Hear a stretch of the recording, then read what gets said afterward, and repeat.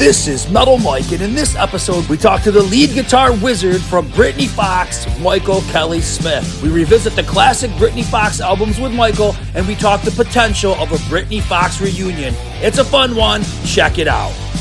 Well, Michael, welcome to the 80's Glam Metalcast, sir. It's an honor to be talking with you. Thanks for having me. Well, hey, man, things have been kind of quiet with you over the past few years. Tell everybody why you're kind of back out there and what's going on with Michael Kelly Smith. Okay, well, yeah, I did. I was laying low for quite a while. Had other interests and other things going on. Well, been teaching guitar forever, so picked that up again after all the Brittany Fox gigs did not pan out, through the 2000s. So, yeah, started teaching again full time. My wife and I have rescued thoroughbred horses, so that keeps us pretty busy as well, taking care of them and 2 dogs and basically living on a farm. Yeah, I've been doing that and writing a lot, and recently actually have been considering, getting the original lineup back together to do some shows this year, since this year is actually the 35th anniversary of the release of our first album. That's pretty unbelievable that that's 35 years ago, man. That definitely makes me realize that time has really flown. Yeah, it really has, and that's the crazy thing. I know Dean was interested in doing something for the 25th anniversary, which would have been 10 years ago, and that didn't pan out for, whatever reason. So, I kind of have been thinking recently, and still, to a lot of request and people saying, you guys really, if you're going to do this, you can't wait forever. So I decided, this would be a good year to try to do a few shows and maybe, ultimately even do a new album. Awesome, man. So you were on a podcast last month and you kind of threw this out there that it could happen. You getting any closer? Are you making progress with this mission that you're on for a reunion? I would have to say yes. I would say it's a better chance of it happening now than it has ever been. Yeah, I think it's looking good. Lots of things to work through, logistics, scheduling, etc. But it's looking pretty good. That's awesome, man. And I've told you I'm a big fan. I think I've talked to Billy, I talked to Johnny, I talked to Tommy, now I've talked to you, so I feel like, at least I've completed the Bite Down Hard era. I've got everybody. It's like a collection. Yeah, well, yeah, close. And Dean will be next, and then that'll be the whole enchilada. That would be awesome, man. So let's go back, dude. Let's go back 35 years. What do you think when you go back and you listen to the debut?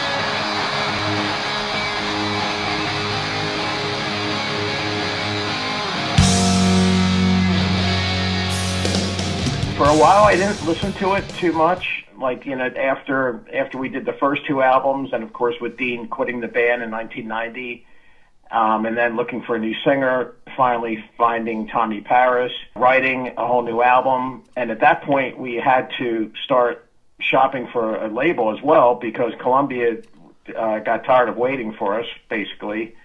And so not only did we have to find a new singer, we also had to find a new record deal. So, yeah, our plate was full. So at that point, I wasn't too much concerned with listening to either of the first 2 albums, although we had to go back and, once we had Tommy and started doing shows with him, we did a lot of stuff from the first 2 albums along with the Bite Down Hard material.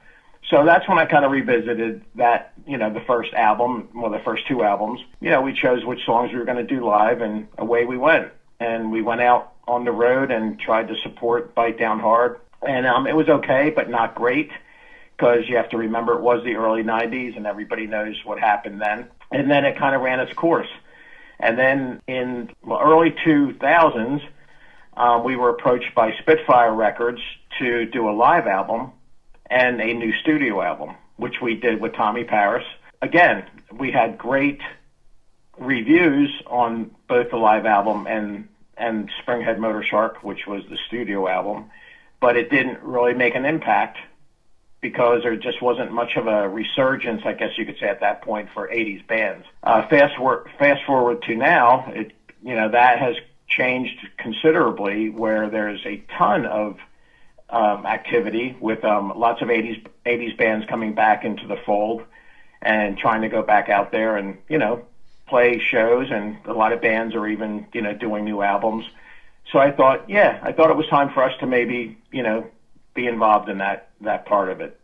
Yeah, you made a good point, because if you look at just like Frontiers Records, I mean, they've got Winger, they've got Heaven's Edge, they've got, I could go on forever, and they've got a lot of projects that are headed by classic artists like, Robin McCauley solo stuff and guys from Sabotage. So they really, so that's just one label, but there's a lot of labels out there, Michael, that, focus on, the 80s music. Oh, exactly. That's what I mean. There's been a few, resurgences of 80s stuff, on and off over the last, I guess 10, 15 years, but none that have quite made the impact, I think, as the resurgence that's happening now. Mm-hmm. There seems to really be a want for, good music. And I guess the lack thereof that's happening now is what is drawing a lot of younger listeners to 80s and in a lot of cases even 70s stuff, which is what I grew up with. And, it's actually pretty cool.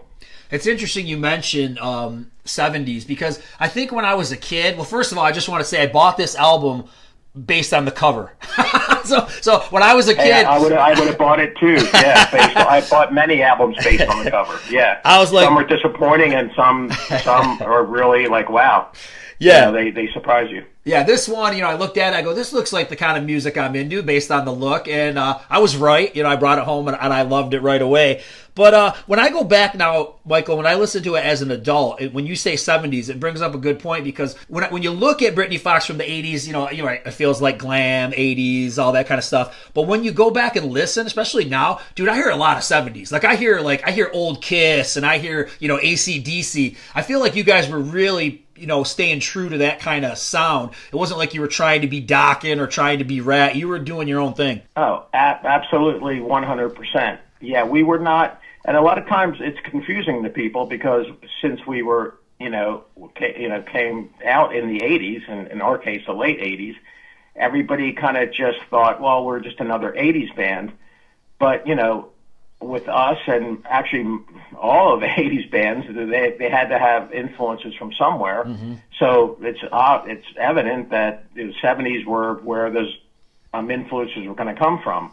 And in our case, we grew up with, like you said, Kiss, and then Aerosmith, Nazareth, Slade, Sweet, UFO, Zeppelin, of course, all that stuff, and T-Rex. The list, Montrose, the list, Thin Lizzy, the list is endless.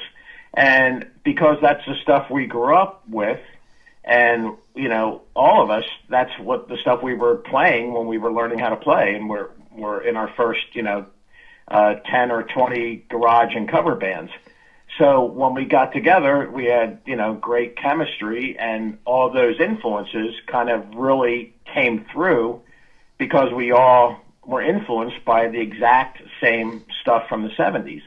So that was our thing. You can't really help to stray far from that when those are the bands you grew up listening to and loving and going to see live and learn how to play too, basically. Yeah, that's the story with that. One thing I love about Dean's voice, and it shines through the most in Long Way to Love, is when he kind of sings. It almost sounds like two different people. He's got like a clear voice, that he runs the verses, and then by the time he gets to the chorus, he's got the screech, And I always loved when people did that kind of stuff, because it almost sounds like two singers are on that song. Yeah, well, that was the beauty of what he was able to do, because a lot of times, like Kiss, you have Paul Stanley and Gene Simmons. Yeah. Both are quite different, but you can definitely tell who's singing. With Dean, not only could he do two types of voices really well, or not that he was doing a voice, he just had those, that ability to sing in a lower, cleaner register, or a high, more of a screaming register, scratchy, raspy vocal style. He was able to do both really well. And that was definitely an attribute for us, because, again, it sounded like two different singers. We were like getting two for the price of one. We used to refer to his low register vocal as a kind of a Paul Stanley vocal. Yep. Because that's kind of what he, reminded us of a little bit. And then, of course, the higher raspy vocal was more of a, Brian Johnson or Bon Scott, yep. or Tom Kiefer type of, raspy voice. But he was able to do both really well. So that was, really a plus.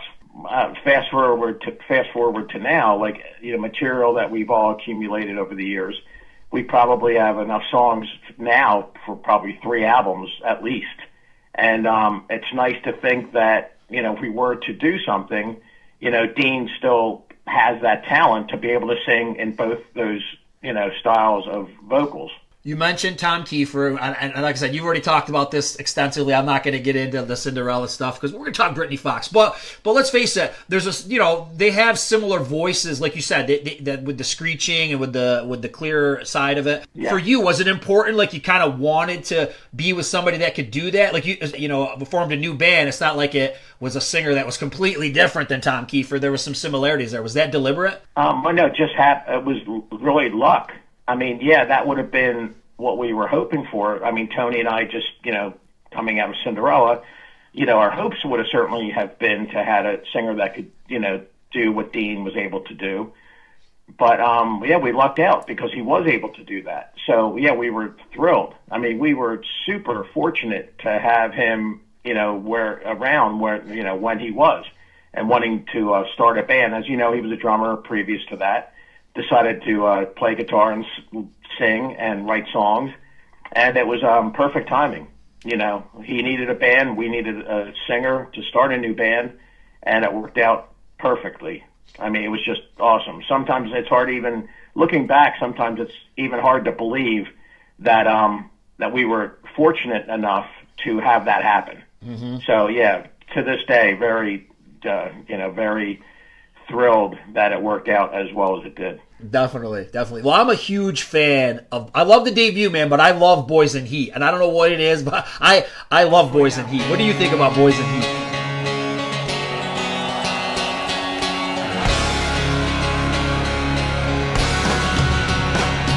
I feel the same way. I mean, as you've probably heard musicians say over and over again. I know in lots of Aerosmith interviews, I've heard Joe Perry mention about, the songs and how he feel about the songs on the album, songs that didn't make the album. And he said, well, songs are like your kids. It's hard to it's hard to, decide which ones make the album, which ones don't. But, it's a very personal thing. Yeah, so I love all the albums we did, even the stuff with Tommy, of course. But, those first 2 albums have a real charm to them in that it showed the development of the band from the first album, but we still stayed true to what we were doing. And I'm not knocking bands that have done otherwise, because everybody kind of, does what they think is the right thing to do, but we really kind of we stayed in our lane. Like we really kept that whole, just hard rock thing going, and we weren't looking to change it up all that much. I mean, probably the biggest difference was not the songs themselves, but the production. Mm-hmm. I mean, Boys in Heat definitely has a slicker production, which is great. So, I thought it was a nice evolution. So, I love that album too. And, and to this day, I go back and listen to, when I listen to it now, I'm like, wow, like Standing in the Shadows, our cover of Hair of the Dog. Yeah. Dream On, I mean, Shine On, She's So Lonely. I mean, there was some really great stuff on that album. Long Road, I mean, the whole album, really. I'm just like, sometimes I listen to it and I'm like, wow, we really kind of had our act together back then, for sure. Yeah, I almost feel like, as we know, we'll get into it, the band, at least with Dean in it, kind of imploded during this album's run. But, I think he needed like 2 more singles. And I think I've always loved Angel in My Heart. I think that's such a cool commercial rock song. And then if you could have ended with Long Road with like a touring video, like Wanted Dead or Alive, like a tour, video for Long Road, man. This thing probably could have went platinum easy. You know what I mean? So do you kind of feel like it just kind of got cut short, right? I mean, just only had the two singles. Yeah, well, Dean quitting the band when he did really kind of, brought a screeching halt to the whole thing, unfortunately. But my feeling on it is, had we released Hair of the Dog as a single and a straight up rock video, that would have probably would have put that album well over platinum easily. Yeah. because it was I thought we did a great cover of it, and it was already a proven song. It was already a hit. Yep. And going back to the first album, I feel that way about Goodbye to Jane as well. I'm looking back now, I'm like, I can't believe the label didn't have the wherewithal, and how even we didn't, insist that we release both Goodbye to Jane and Hair of the Dog as singles. That would have been a game changer. Like if I had anything to do over again, it would be that. Yeah, you're right. Go back and say, here's what we need to do. It would have been releasing and doing videos for both of those songs, for sure. Yeah, Hair of the Dog, I sometimes forget about that one, but it really is a great version, and it's honestly way better than the version that Guns N' Roses did, in my opinion. Well, yeah, I've always felt the same way, and it's funny you mentioned that, because just recently one of my students told me that he saw an interview with Axl actually admitting the same thing, or at least stating the same sentiment, that I guess someone was asking him about their version of Hair of the Dog, or what he felt about it, or how it came to be that they did it, or whatever. And supposedly he made the comment like, yeah, their version was cool, but it wasn't as good as the Britny Fox version. Which I was shocked to have heard that, but right. I mean, if that's true, that's pretty cool. That he was like, yeah, our version was good, the Britny Fox version was better. So, it is what it is. Yeah, I think Dean just has a more powerful screech than Axl. Axl's can go high, but there's not a lot of beef to it. You know what I mean? Oh, absolutely. That's what I mean. That's where Dean, again, looking back, Dean had those bases covered.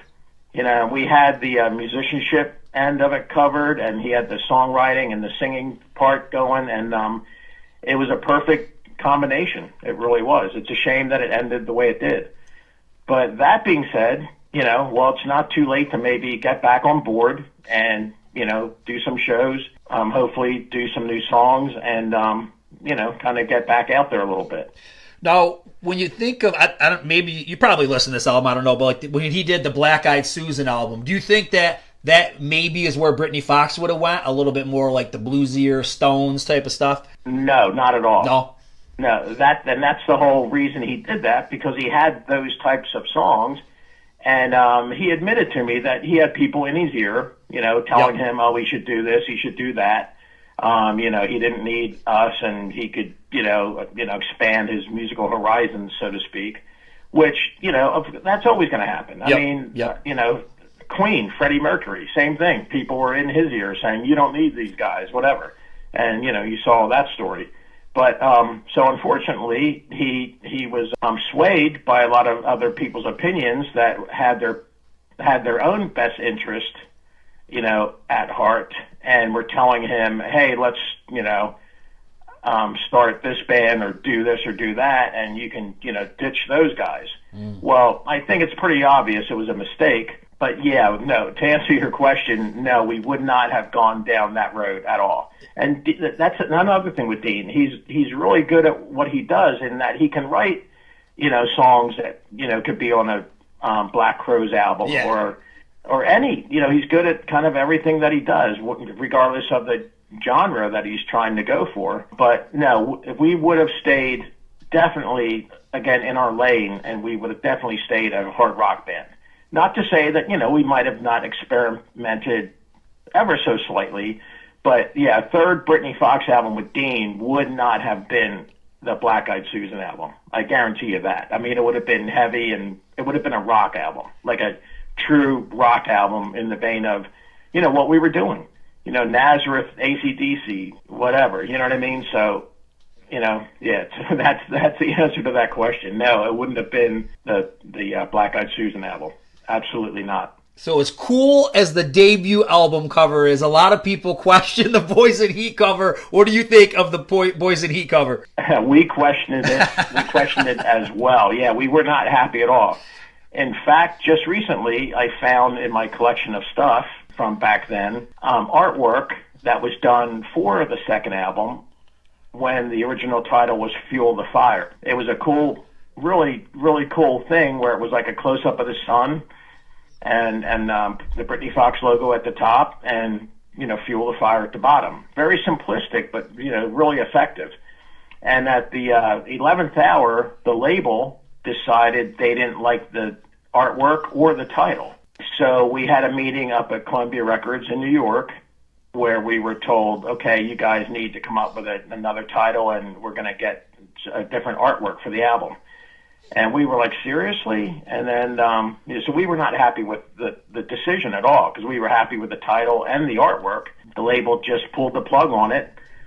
And, they said, well, do you have any ideas for a title? And Dean just was like, oh, how about Boys in Heat? Because he actually had a band called Boys in Heat a while back, obviously before Britny Fox.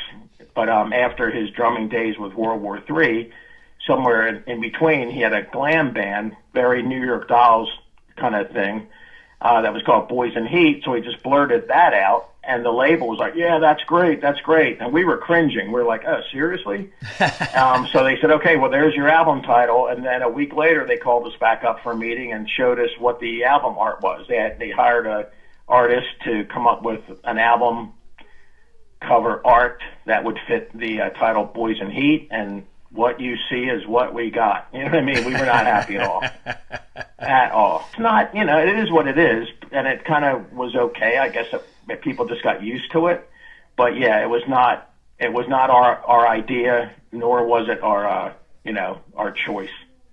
So you get to the point, Dean's out of the band, and I think you're kind of also getting hit with the times are changing with music. So what's your mindset around 90, 91? I mean, obviously you keep going, but where were you at with things? Well, we were so involved in just getting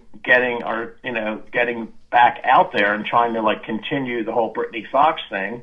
We did our best. We found Tommy, who we thought was a great singer and great songwriter, pulled that all together. And we knew that the musical climate was changing and we couldn't do anything about it. So we just did our best. We did that album, released it in 91. It fell through the cracks, as did anything from that genre. Yep. And, that's what happened. It just did not make an impact whatsoever. But on that whole scene and what was going on then, I've heard a million times people are always, have been asking and commenting that, it's a shame that, grunge killed hair metal. And I've always disagreed with that, in that I don't believe grunge killed hair metal. I think hair metal killed hair metal. Mm-hmm. I think it was such an overabundance of poor quality alleged glam metal or hair metal that was being signed and put out, that it just ruined it for all the bands that were good from back then. And so, yeah, that's been my take, that hair metal killed hair metal, and not because of the genre's fault of its own, but because the labels, being labels, that's what they did. They, were signing up everything that resembled Cinderella or Brittany Fox or whoever, Bon Jovi or, Rat, Poison especially, I mean, there was how many bands, came out after Poison that were trying to be Poison. Yep. And, oddly enough, half of them got record deals. Some were good, some not so good. And it just got oversaturated, and it pulled down the whole thing, really. But I will say, as far as grunge and all that, again, it didn't kill hair metal, but it certainly put the final nail in the coffin. You know what? It's so funny that you're saying this, because honestly, this thought got into my head this morning. I'll tell you where I'm going with this. My kids are just starting to get into Nirvana, all right? and I could have mixed feelings about it, but they could be listening to a lot worse than Nirvana. So for sure. So we're listening to Nirvana, Michael, and I'm thinking to myself, this is the antithesis to everything that was before it. You know what I mean? So then I started to think, okay, let's try to think about some of the last run of the hair metal bands. And I'm not trying to knock the bands, but I'll just use, say, Firehouse for an example. Firehouse is a good band, but when you think of, their big single, Don't Treat Me Bad, it's very bubblegum, right? So, a bubblegum metal song. And I think that people were kind of looking for stuff with an edge. You know what I mean? And I think that, that wasn't coming out. Right, we weren't getting that. And then eventually people just kind of get sick of it, and the decade changes and they're looking for something different. And here's Nirvana. Like, obviously when I listen to Nirvana, I think to myself, I don't mind it, but I'm like, it needs to be produced a little better. Like maybe some more vocals, or vocals that are in key or whatever. But I think that's what happens. That we lost the edge. It was just a lot of copycats, and then that left the door open for bands like Alice in Chains and Nirvana to come in that were doing something completely different. And as much as people, bag on grunge and stuff, at least it was a real musical movement. Like, we haven't had one in a long time. You know what I mean? Oh no, exactly. Yeah, you mentioned Alice in Chains. They were one of those bands I actually really liked. So it wasn't like all that was horrible music. It was just different enough that it was able to, take the attention away from all that 80s stuff that got just redundant and over, whatever. It was oversaturated. And, but then the same thing happened to grunge. Right. I mean, everything's happened in cycles that way, and that's just the way it goes. And either you're kind of, you time things well by luck or, happenstance, or you don't. And in our case, with Brittany Fox, we just happened to catch the tail end of what was, a good thing, like 88, 89. I mean, had we come out in 86 or 87 or whatever, I think it would have been a whole different story. I mean, I think we would have done much better than we did, although I'm thankful for what we were able to accomplish, given the circumstances and the timing. Yeah, I think we would have been a multi-platinum band, I believe, easily, had we been, 2 years earlier. Mm-hmm. Yeah, well, one thing you got to say about Bite Down Hard is, I think it obviously got bigger with age, because you always hear people today say, Bite Down Hard is my favorite Britny Fox album. So, you know what I mean? People got to hear it and kind of went back to it if they missed it in 1991. So it's got to make you feel good that you actually created something that did pick up steam over time and people really love now. Oh, absolutely. Yeah, it's way more appreciated now than it was then. For one thing, even when we were out playing in support of that album with Tommy, I was shocked and dumbfounded by how many fans were coming to the shows that were not aware that we had a new singer, and certainly were not aware that we had a new album with a new singer. I mean, because there was just wasn't a lot of, push from the record company, because everybody realized, there was no point in trying to promote something from, of that genre at that point. So we were doing the best we could. But, yeah, a lot of people just weren't even aware of it. And it actually took all these years for people to go back and have rediscovered that, yes, there was a third album. Yes, there was a new singer, and it was a great album. So, yeah, it does make me feel good. And the same goes for the live album we did with Tommy, Long Way to Live. That came out in 2001, and they had great critical acclaim. I mean, people were like, wow, what a great live band. I mean, they're tight. They sound really good. And then Springhead Motor Shark in 2003, the studio album we did with Tommy, very experimental and way different from anything we had done in the past, but that was on purpose, because at that point we felt there was no need to try to recapture what we had with Dean or even on Bite Down Hard. That we just thought, well, let's go out on a limb and try to, and just do whatever we felt was cool at the time and material that we had. And also very proud of that album too. I mean, it's really different than anything we've ever done, but I think it's excellent for what it is. For as left field as it is, there's still a lot of elements of Brittany Fox in there, and everybody's playing still kind of shines through. And I think it really kind of showed a whole different side to what we were capable of doing, songwriting-wise and playing-wise. I mean, I'm super proud of that album. I mean, like, John's drumming is just off the charts. Bill's bass playing and his co-writing with Tommy on that album was superb. And Tommy's vocals and his piano playing and synthesizer playing. And yeah, it was just really, it was kind of all over the place, but it had a common thread to it at the same time. But yeah, I could not be more proud of what we ended up doing with that album. Yeah. You know, the cool thing I got to mention is Tommy's voice, because it's not like Dean's, but it's enough like Dean's where the old material still works. You know, he still has that high kind of a screechy voice, and it definitely works, but different. So well done with, picking him and what he accomplished with the band. Oh, absolutely. And that was one of the most difficult things in finding a replacement for Dean, because we knew, obviously, we weren't going to change the name of the band and try to just start completely over again.